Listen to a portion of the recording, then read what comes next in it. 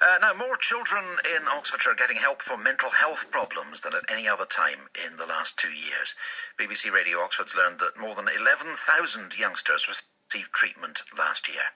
Eliza Lindsay is an 18-year-old from Banbury who's had support for mental health issues from the age of 14. She joins me now. Good morning. Hello. Starting at the beginning, what happened to you at the age of 14? What sort of things were you facing at the age of 14?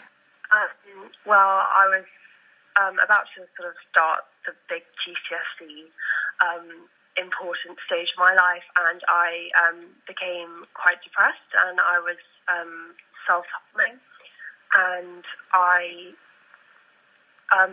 didn't really want to tell anybody. I didn't really accept that I had a problem, but eventually people noticed, and I was referred to a counsellor at school, but I've seen many different people. I've seen a psychiatrist in London and another one here in Banbury, so I've seen quite a few people.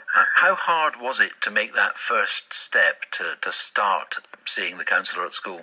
Was it made easy for you? It was made very easy through school, but I wouldn't have gone out and chosen that. I wouldn't have asked for help. It took somebody finding me in a bit of a state and saying, look, you need to, I've got to refer you to somebody. I would have never gone and said, look, I know that I've got a problem and I need help, because it just doesn't go through your mind. And so it was very much somebody helping me get that help rather than me going out and picking it for myself. And I suppose, left to your own devices, you probably feel there isn't any help and you're kind of stuck on your own.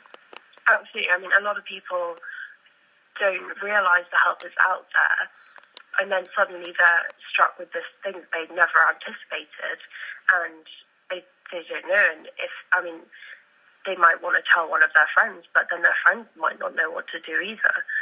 So it's very difficult to realise that the help is out there and that it's available for you if you have a mental health problem or if you are caring for somebody with a mental health problem. You're 4 years on from when you were struck by this. What sort of help are you getting now? Well, at the moment, I'm not seeing anyone because I'm pretty much fine. The only person I'm seeing, I see my GP very occasionally to monitor my antidepressant medicine, which I'm actually coming off at the moment. So I'll see her maybe every 3 months or something, but that's it. So what's your message to anyone who's feeling this sort of, gloom and despair and that there's nothing there for them now? Well, first of all, it will get better no matter how deeply how deep you're into it and how awful you feel, and it will get better. And also, people need to know that they are not alone.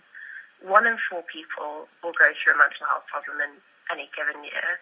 There are so many other people. It's likely that if you're at school, if you're a young person, or if you're at work, then there are people in your office or in your class who've got mental health problems, and the help exists for you. There are so many amazing charities and your GPs and organisations that are there that exist to help people who are struggling. So don't be afraid to ask for it. Don't be afraid to ask for it, because that is the point of their existence.